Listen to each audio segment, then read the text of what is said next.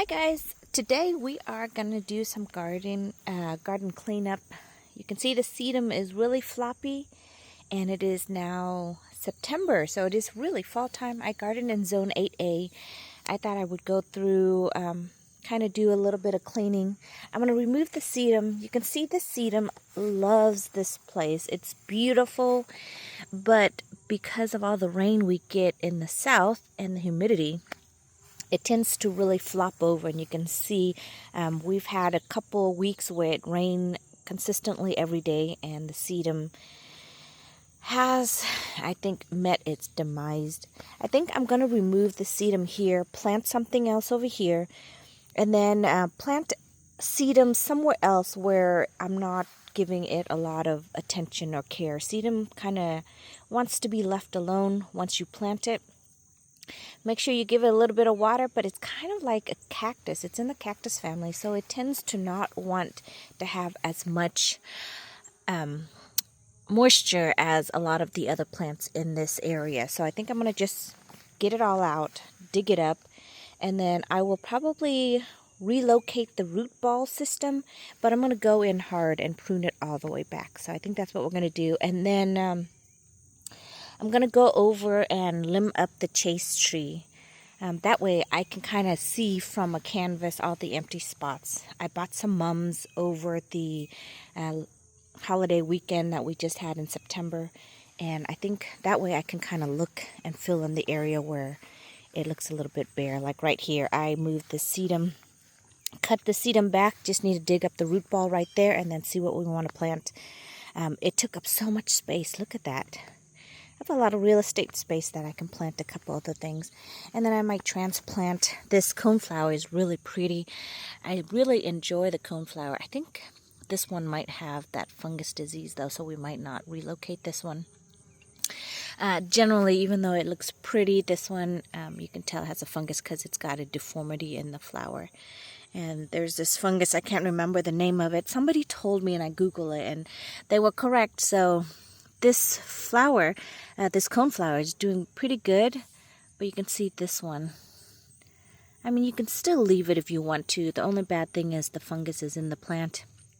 It'll get in the ground and then it will, of course, go from one plant to the next. So I think we're just going to get started with this sedum over here and then see what kind of spacing we have to plant other things.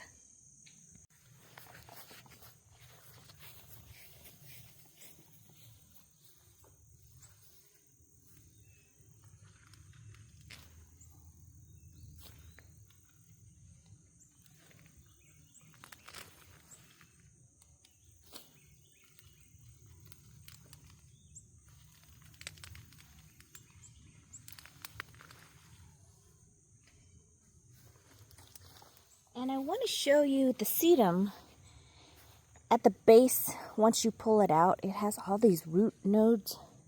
Let's see if I can get a good picture. So technically you can cut this back, and each individual node like this, you can plant it in the ground, and then you'll have plenty of more sedum because these are all root.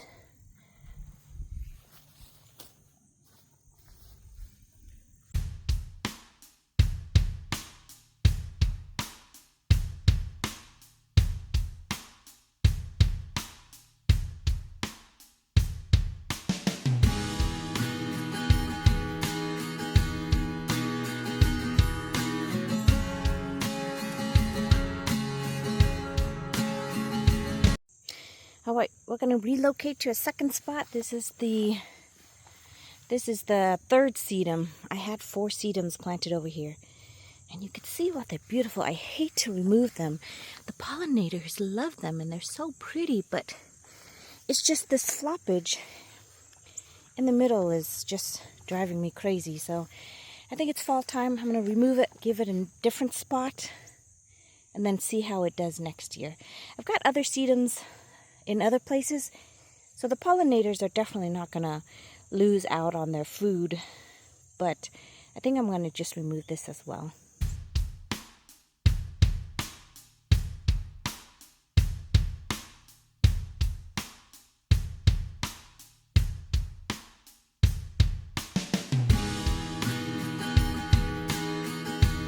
So you can see it opened up the space over here.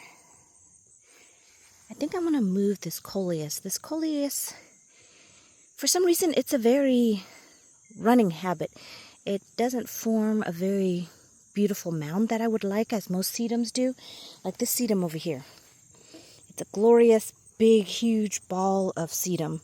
And I love the mounding habit round. This one is just sprawled everywhere. It's like climbing into other plants. So I think I'm going to just go in and remove it. And then kind of weed eat around this area.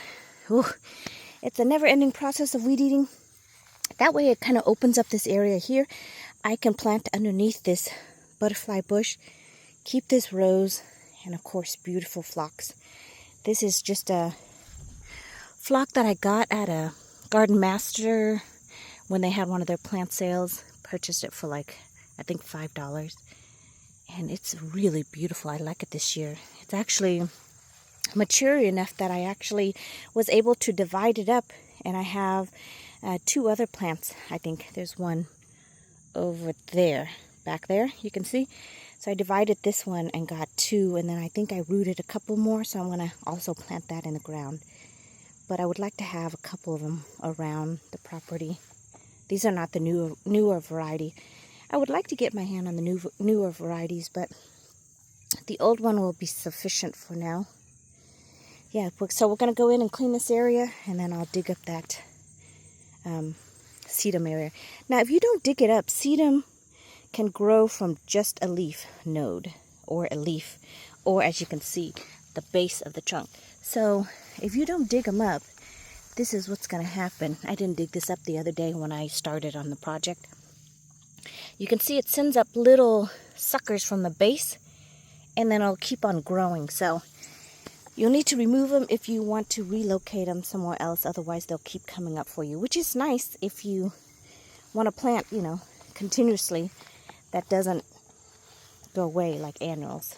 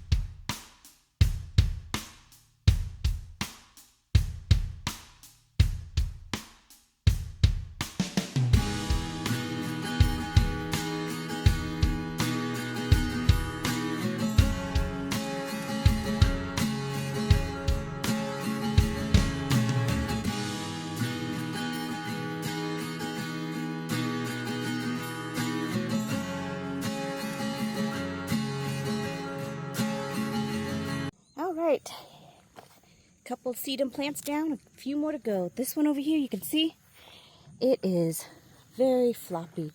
There's 2 stems that's standing upright. Everybody else is just kind of taking up space, so I'm going to just go in there and do the same thing I did before.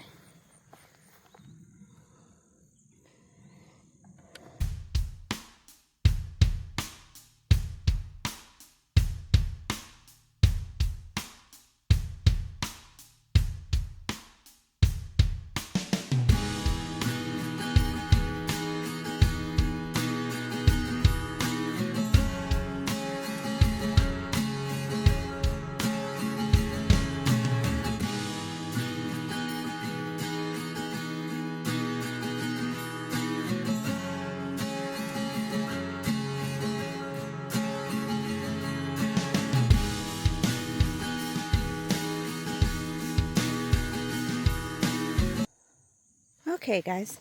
So this sedum has been mutilated. I chop it down as far as possible and just pull it. The root system is still right there, but I can't get in there with the shovel without damaging the angel trumpet here. So I think I'm going to leave it here until the angel trumpet is finished doing its thing, and then possibly later fall come and dig it in, or in springtime take it out.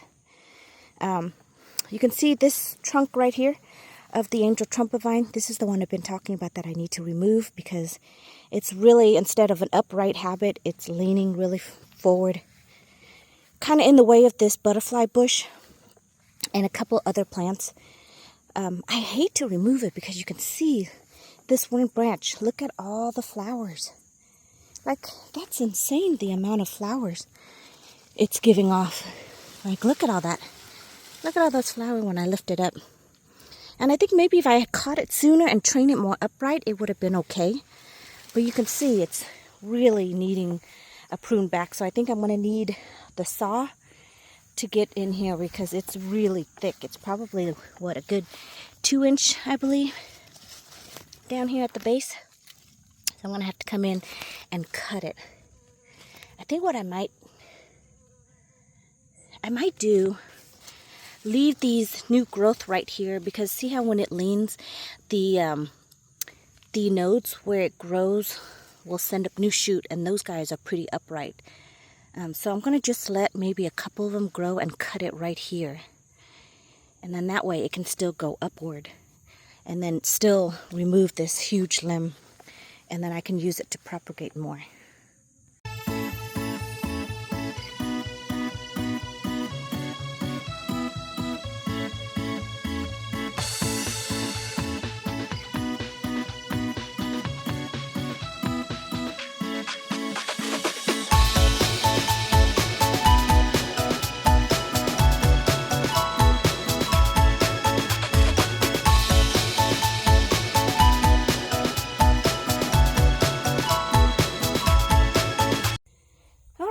Everyone, so now we have this beautiful chaste tree. I'm going to limb it up so that it's either a single trunk or a multi-trunk. So once I get in there, I'll kind of see how I want it, but I definitely want to limb it up. The sun is just coming out and now it's really humid. I do apologize, I am sweating. So what we're going to do is just take these cuttings, limb it up, and then I'm going to actually root a whole bunch of this chaste tree. They root very easily, so we're going to just go in and start tackling it.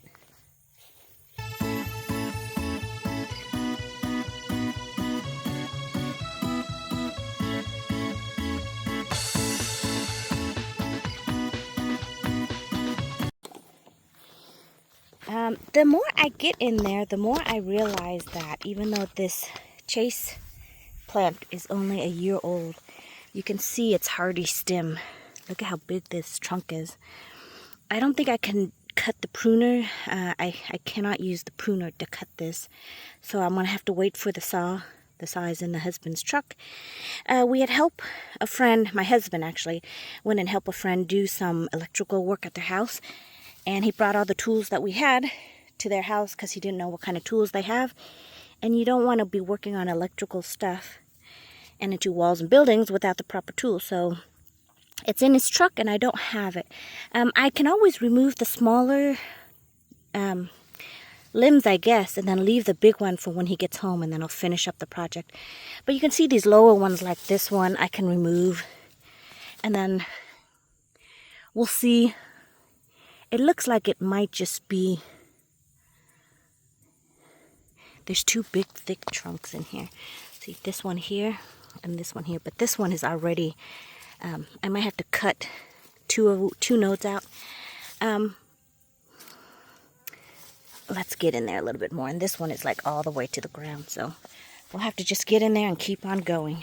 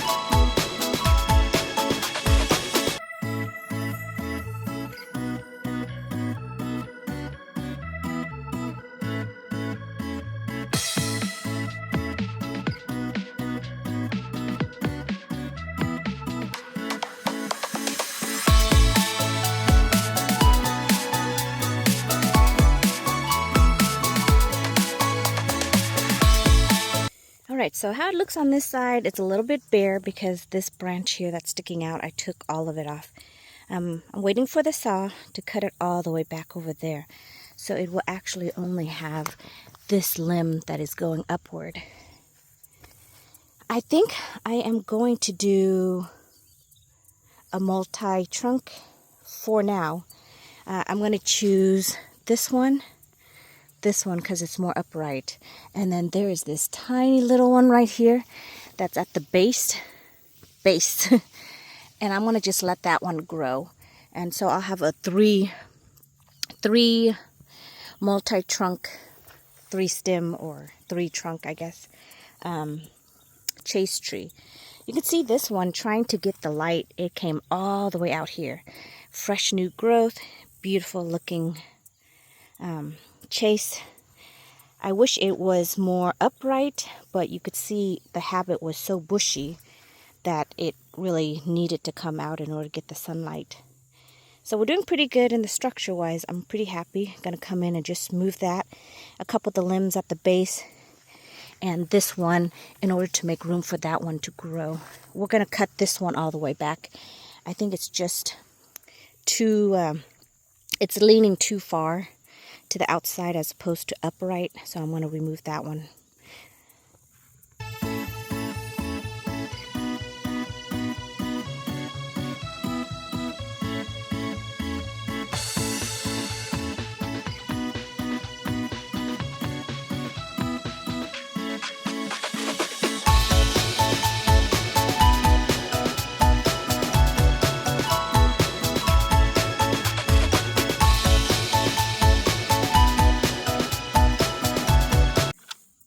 Okay, I think that's kind of the structure I want. And you can see, depending on what the height is that you want, that's where you want to cut back. So I don't want, in a tree form, you have the trunk and you don't want any growth on it. That's why I cut it all the way back up here. That way nothing is grown here, nothing will come out. And I can actually underplant it with other plants, and it's creating that sunshine through there that is needed. I think this Japanese maple is really going to be happy now that it has that much room for sunlight to come in. You can see it's being smothered both by the chaste and by the fig tree. This fig tree is so prolific. I've been getting figs since summertime all the way through. Look at this. And I am actually cutting it up, freezing it, and then we're making smoothies out of it. Fig smoothie with banana, yogurt, a little bit of milk. Sometimes we put peanut butter in it. It is so good. So over here, it does look a little bit bare, it does look really bare. You can see the trunk where it was filling out with all that, but eventually it will fill out again. See that little trunk that I'm going to train so that it'll be a 3. Usually it's landscaping, they do the 1-3-5 rule. You plant plants, or when you do pruning of your plants, and you either have a single standard, which is a single trunk tree, or multi, and multi is usually 3 or 5. The 2s and 4s, I don't know why it makes such a difference, but most people do it in odd numbers. So I'm going to do 3, I guess, and we'll see how that goes. This one is so tall, and at the tip of it, it's going to flower. I'm going to just let it flower, but I don't want it to be any taller than that, because wherever you prune back, I'm going to show you really quickly. Like this one here, this is a spent bloom. It's going to go to seed. So wherever you prune back, it's going to send up new growth from the node where you cut back. So this is a tree, this is the plant right here, and you can see this is the last flower. So if I cut back to here, it's going to send up two new nodes growth from here, 2 new branches, and then from there it will branch up and grow even taller. So eventually it'll probably grow another 3 feet. By next year, I bet you this tree is going to be at least 12 feet, because this is the first year it's in the ground, and it's already 6 feet, and the maturity size, I do believe, is 12 feet tall. So given next year, if it survives it should be at its maturity, so that'll be really amazing to see, and it'll cast a nice shadow, shade for a lot of the plants. Not sure if it'll be happy about it because I got the sedum hedge over here. Sedum wants full sun. We're removing the fig, so that'll be good. Anyways, here, let me give you a quick snapshot. Let's do this small one. So see this small one right here? I follow all the way back, and I'm gonna just basically tip it off right there. And then from here, two new branches will come out, and it'll flower. Same thing from here. And honestly, these chaste tree, you don't even have to do that. I do just because I want it to spend its energy on flowering as opposed to setting these seeds. So this one, see, you can see it's already sending up this new shoot to flower. This one over here hasn't yet, so we're going to prune that back right there. Same thing with here. This one, sorry, if you follow this all the way down, it stops right here. The next set of node is down here. So I'm just going to go and chop it off right there. And this one, look at the hummingbird right up there. He's like, what are you doing with my flower? I didn't really think they liked this flower over here, but they like more of the Vermillionaire Kufia over there. Okay, so, and here's a butterfly coming in. So this is a spent bloom, and this is where it stops flowering. This is the node. I'm going to just top it off right there, and it'll send new shoots from here. Again, you don't have to do this. I do just to get the new flowers setting. So see how this one is such a big one right here? We're just going to crop it off right there. Here's the same way, crop it here. There's another one here. So you just go in and you do that, and it causes it to be more fuller in size and send up new shoots, and then therefore new flowers, which then the pollinators love. Let's see. So that's a new one. These ones are mature and mature and mature. That one's a little bit of a new one. Here's a small one we can cut. This one we can cut. Because normally when they go to seed, I don't think the birds even eat these seeds, but the pollinators don't really eat them, so we can just remove them. They only like the flower.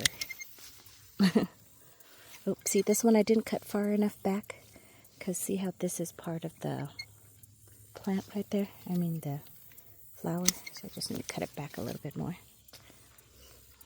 And this one is a seed head forming, so we'll cut it back. This one is a flower seed head. And that's what you do when you go in and you prune your chaste tree.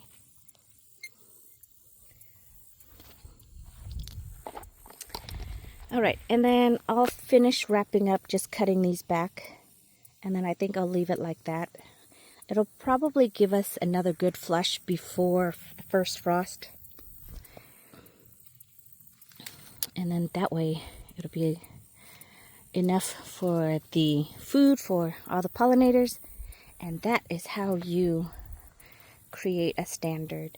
So again, they are more of a bush plant, but you can train them.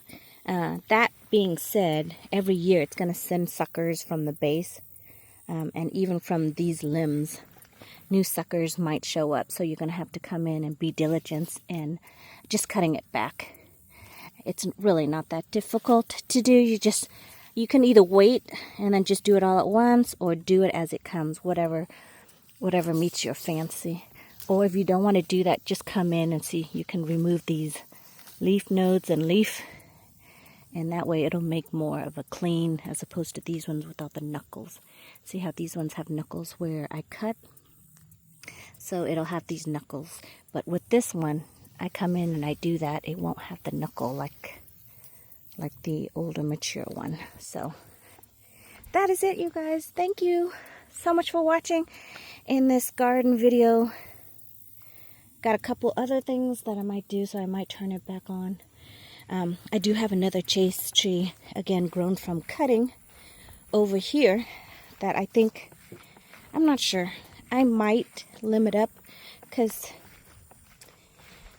when you limb up things, it gives you more room and more spacings to plant other things. And see how this is so bushy? So this is about 5 feet tall right now. First year in the ground, the other one is about 6 feet. So given 2 years, well, 1 more year, it will get to maturity. This one, though, looks like it doesn't really have any hardy trunk that I can go in and train. And as always, you don't have to train it to the 12 feet high. You can keep it in more of mature, smaller, compact. So like right here, this one, I can go in and just do this one here and limb everything back, and it'll stay in a perfect 4 feet or 5 feet. So if you don't have the space, you can cut it back and it'll push new growth from where you cut it. So just an FYI, just because it says that it's height and maturity, you don't have to keep it that way. But if you don't want to always maintain it, you want to put it to where it can grow to its full maturity height, and then you don't have to deal with it. Thank you so much for watching, you guys. I will see you in the next video. I forgot to get my tub of water ready. When you take cuttings from plants, you want to get a tub of water ready to put your cutting in and let it kind of get reacclimated before you transplant them or root them. So in the earlier video that I did, I cut back this chaste tree. Now I'm going to use all of the cuttings that I cut off to root so we can grow more chaste tree. So we're going to just fill up that bucket of water, put all of them in there, kind of let them get situated. And then I will have to go get my medium and potting soil and pots. And then we're going to take more cuttings so I can put more of these trees all around the property.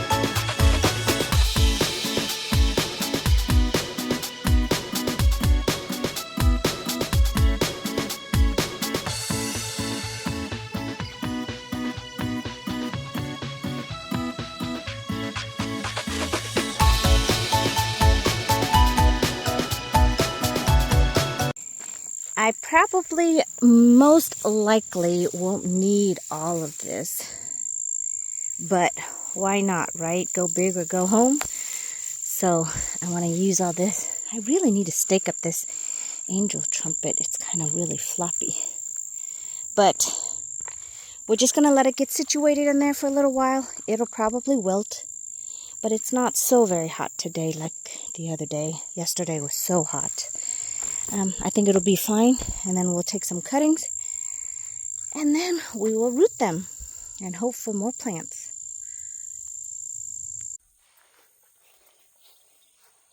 Hey guys, so I finally have the saw that I need in order to cut the thicker trunk of this chaste tree.